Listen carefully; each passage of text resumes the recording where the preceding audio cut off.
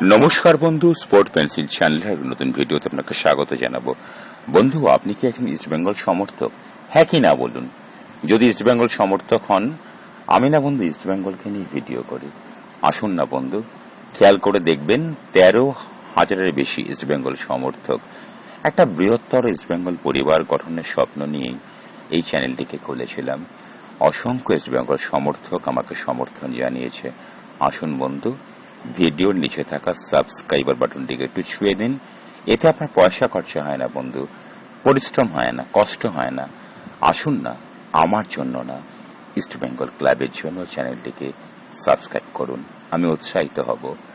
সব থেকে বড় খবর আজকে যে নিয়ে এসেছি, ষষ্ঠ বিদেশি চূড়ান্ত। অনেক কথা বলেছিলাম, নিজের কথা আজকে নিজেকেই গিলতে হবে। না বন্ধু, ইস্টবেঙ্গল ক্লাবে ষষ্ঠ বিদেশি এখনো পর্যন্ত চূড়ান্ত হয়নি। জর্ডান এলসির ইস্টবেঙ্গল ক্লাবে আসার সম্ভাবনা প্রায় নেই বললেই চলে। আমি সকালের ভিডিওতেই বলেছিলাম যে যদি না কোনো বড় অঘটন ঘটে, তাহলে ষষ্ঠ বিদেশি অতি অবশ্যই হতে চলেছেন জর্ডান এলসি। শোনা যাচ্ছে বন্ধু, শোনা কথার ভিত্তিতে বলছি। আমি ওই বড় বড় পত্রিকার মতো বড় বড় হাবভাব দেখে একটা কথাই বলবো, সত্যতা যাচাই করতে পারেনি। আসলে বন্ধু, সত্যতা যাচাই করার মতো আমার এই ক্ষুদ্রতার মধ্যে পরিকাঠামো নেই। জর্ডান এলসি নাকি ইস্টবেঙ্গল ক্লাবে আসবেন না, এবং ইস্টবেঙ্গল ক্লাব রক্ষণ ভাগের কোন ফুটবলারকেও নেবে না। তার পরিবর্তে তারা মাঝমাঠকে শক্তিশালী করার জন্য চেষ্টা করছে। তার কারণ, রক্ষণ ভাগে তারা এমন এমন ফুটবলারকে ইস্টবেঙ্গল ক্লাব পেয়ে গেছে, তাদের নতুন করে আর কোনো বিদেশি ফুটবলার নেওয়ার কোনো দরকার পড়ে না।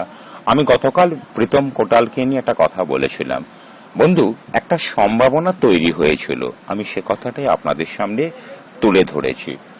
শেষ পর্যন্ত মোহনবাগানের সাথে নাকি ওই বেঙ্গালুরু, মাফ করবেন, কেরালা ব্লাস্টারের সোয়াইপ ডিল হচ্ছে, প্রীতম কোটালকে দিয়ে দাও।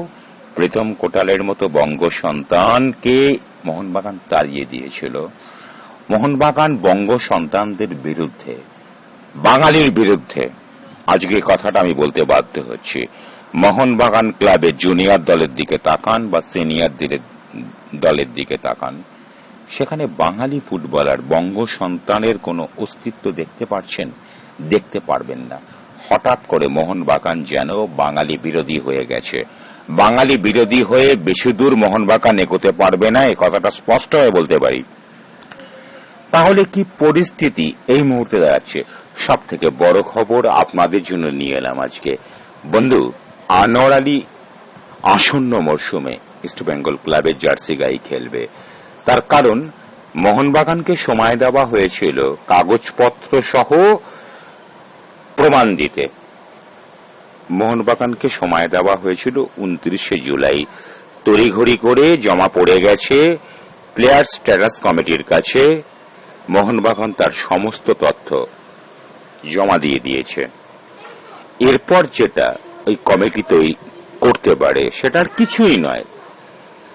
হঠাৎ করে নিজেরাই নিজেদের মতো করে নির্বাচন করতে পারে, অথবা দুটো পক্ষকে ডাকতে পারে আনোয়ার আলীকে আর মোহনবাগান পক্ষকে। সেখানে প্লেয়ার স্ট্যাটাস কমিটির যারা প্রতিনিধি আছে, তারা নির্বাচিত না মনোনীত ঠিক জানি না। যদি মনোনীত হয়, আস্থা রাখবেন না, নিরপেক্ষতার ভীষণভাবে অভাব থাকবে। আমি যেটুকু জানি, তারা নির্বাচিত নন, তারা নির্দিষ্ট দলের পক্ষপাতিত্ব করলেও করতে পারে। ঠিক এই জায়গায় দাঁড়িয়ে তারা কি সিদ্ধান্ত নেবেন তার উপরে দাঁড়িয়ে আছে।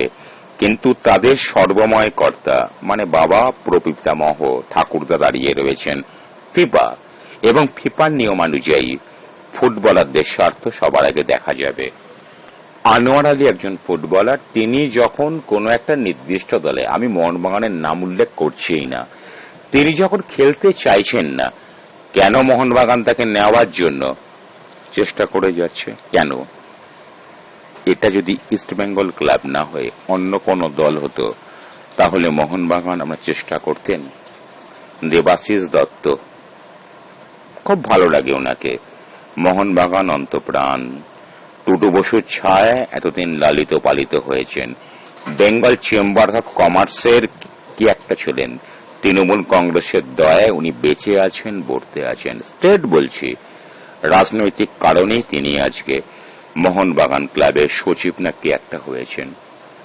কুণাল ঘোষ নামটা শুনলে মনে হয় যেন তৃণমূলের মুখপাত্র ছিলেন। তিনি মোহনবাগান ক্লাবের সহসভাপতি। গোটা দলটা এই মুহূর্তে একটা রাজনৈতিক দলে পরিণত হয়েছে। মোহনবাগান মানে রাজনৈতিক দল। ইস্টবেঙ্গল এখনো পর্যন্ত কিছুটা দেবব্রত সরকারও আত্মসমর্পণ করেছেন মমতা ব্যানার্জির কাছে। বাদ দিন, আস্তে করে কথা বলবেন, কারণ দেয়ালেরও কান আছে। তবু কিছুটা রাজনৈতিক ছোঁয়াচ বাঁচিয়ে রাখতে পেরেছে। ঠিক এই জায়গায় দাঁড়িয়ে ইস্টবেঙ্গল ক্লাব তাদের মতন করে একটা দল গঠন করছে। সঞ্জীব গোয়েঙ্কা কলকাতার মানুষের পকেট মেরে, টাকা পয়সা মেরে দিয়ে একটা ভালো দল গঠন করেছেন। হ্যাঁ, টাকা পয়সা মারছেন বন্ধু, আমি আমার বিলের দিকে তাকাতে বলতে পারি। আমার আসার কথা 750 মতো, চলে এসছে 1200 কাছাকাছি। সঞ্জীব গোয়েঙ্কা, আপনি কি শুনছেন? আপনাকে আমি বিলটা দেখাতে পারি, আপনি আসুন না, বিলটা দেখুন না। একটা ক্ষুদ্র সমর্থকের কথা শুনুন না। না, আপনার সে যোগ্যতা নেই, আপনি পালিয়ে বেড়াবেন। হ্যাঁ, পালিয়ে বেড়ান, আপনার টাকা আছে, টাকা দিয়ে সবকিছু জয় করা যায়। টাকা তো অনেকেরই ছিল, তারপরেও কেন এটা হলো সে কথা আমাদের বলতে হবে। ইস্টবেঙ্গল সমর্থকরা নিশ্চিত থাকতে পারেন, জর্ডান এলসিকে নিয়ে কিছু প্রশ্ন এসছে, হয়তো ষষ্ঠ বিদেশি জর্ডান এলসি হচ্ছেন না। দুঃখ নেই তার জন্য, আফসোস নেই। ইস্টবেঙ্গল সমর্থক এমন ফুটবলারকে ইস্টবেঙ্গল ক্লাব শেষ পর্যন্ত জর্ডান এলসির পরিবর্তে নির্বাচন করতে পেরেছে। আমরা দেখব তার দিকে। ধন্যবাদ বলবো। বলুন জয় ইস্টবেঙ্গল।